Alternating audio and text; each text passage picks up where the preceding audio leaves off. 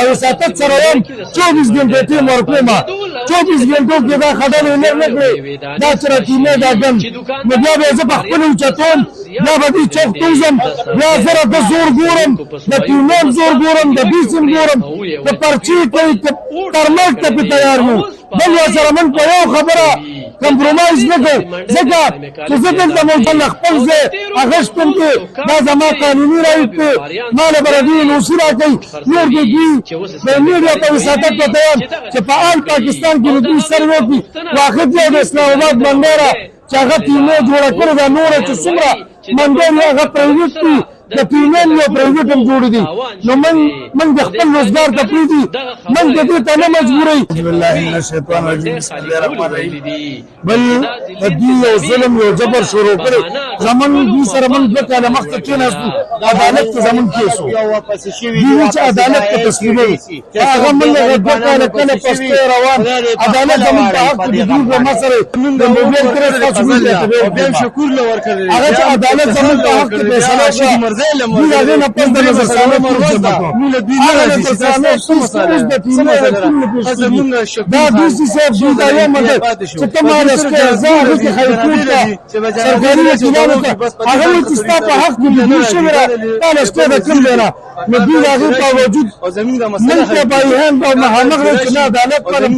حضور جبر او بدمعشي شروع کړه نو هغه تمت من نه کړی من کومه کړی سبانه من د تاسو میډیا او ساتت سره یم 24 ګنټې ټیم ورکوم 24 ګنټو کې دا خبرې نه کړې دا چې راټیمې دا ګم نو بیا به زه په خپل اوچتوم بیا به دې چوک توزم بیا سره د زور ګورم د ټیمونو زور ګورم د بیسم ګورم د پرچی کوي ترمک ته په تیار وو بل سره من په یو خبره کمپرومایز نه کوي ځکه زه دلته موجوده په منډه کې ما دا 56 کلان دی ما ځان له چاري ته ما سلور سوله کلان ته موضوع نو د یو شخصي سړي د یو خان لپاره هغه د خوشالولو لپاره دلته سلور عناصر د معاشري مسؤلیان چې هغوی لپاره د هغوی د جیب د ګرمولو لپاره زمون د دې منډه د خلکو د شرکت نه ګرځي ته موږ خلکو موږ ماغه ته تیار یو موږ تاسو تیار یو د کال پس تیار موږ نن په د جندره زمون ځان خپل ځای اغشت کې دا زموږ قانوني رئیس په سره بردي نوسي راځي نور د دې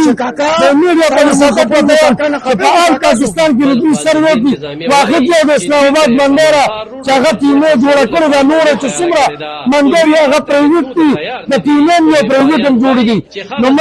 من د خپل روزګار ته پریږدي من د دې ته نه مجبورئ لکه د دې نه چې 15 ورځې مخکې په کشمیر کې کومه مسله شروع وه نو هغه ته من خلک نه مجبورئ ځکه